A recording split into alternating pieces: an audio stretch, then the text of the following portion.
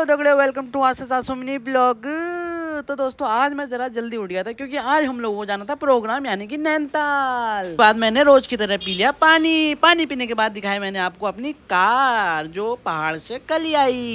Car दिखाने के बाद मैं सीधे चले गया नहाने क्योंकि आज मेरे को बहुत सारे कपड़े भी धोने थे। कपड़े धोने से पहले मैंने लिया घस करके मैंने आपने धोए दांत और कपड़े धोने के बाद और नहाने के बाद मैं सीधे चले गया कपड़ों को डालने के लिए छत में। फिर मैंने सारे कपड़े डाल दिए थे छत में। उसके बाद मैं सीधे चले गया नीचे अपने कमरे कोई और को। कमरे में जाने के बाद मैंने भी शर्ट से अपने सुखाए बाल सुखाने के बाद फिर लगाया मैंने अपने बाल में तेल लिया घसा।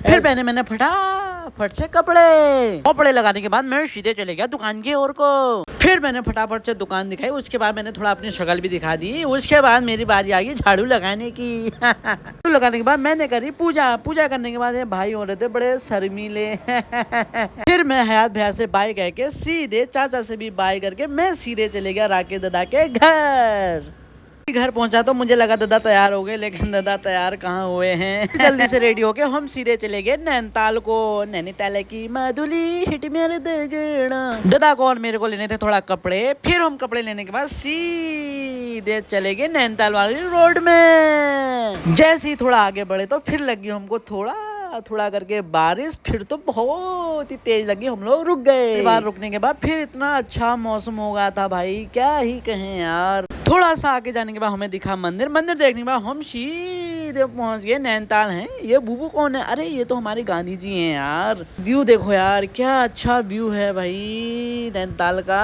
उसके बाद पहुंच गए थे हम होटल यानी TRC। उसके बाद हम सीधे चले गए रूम की तरफ को। जैसे अंदर घुसे आए हाय क्या रूम है। मैंने भी फटाफट से अपनी शक्ल दिखा दी शीशे में दिखाने के बाद मैंने आप सभी को वॉशरूम भी दिखाई दिया। उसके बाद आ गई हमारे बेड की बारी। आया है क्या भाई फिनिशिंग है और कितना अच्छा रूम है। उसके बाद दादा और मैंने बनानी रील जो आप लोगों ने देख ही ली होगी। उसके बाद हम चले गए जहां हमारा प्रोग्राम था देखने यानी कि राजभवन। उसके बाद आ गए थे शुभम भैया के पापा। फिर हम चले गए थे राजभवन की ओर को। यहाँ का भी क्या व्यू है भाई, मजा ही आ गया ये। उसके बाद अंदर गए तो फोन जमा कर दिया। उसके बाद हम आ गए थे कमरे में। तो आज का मिनी ब्लॉग इतना ही। Thank you so much.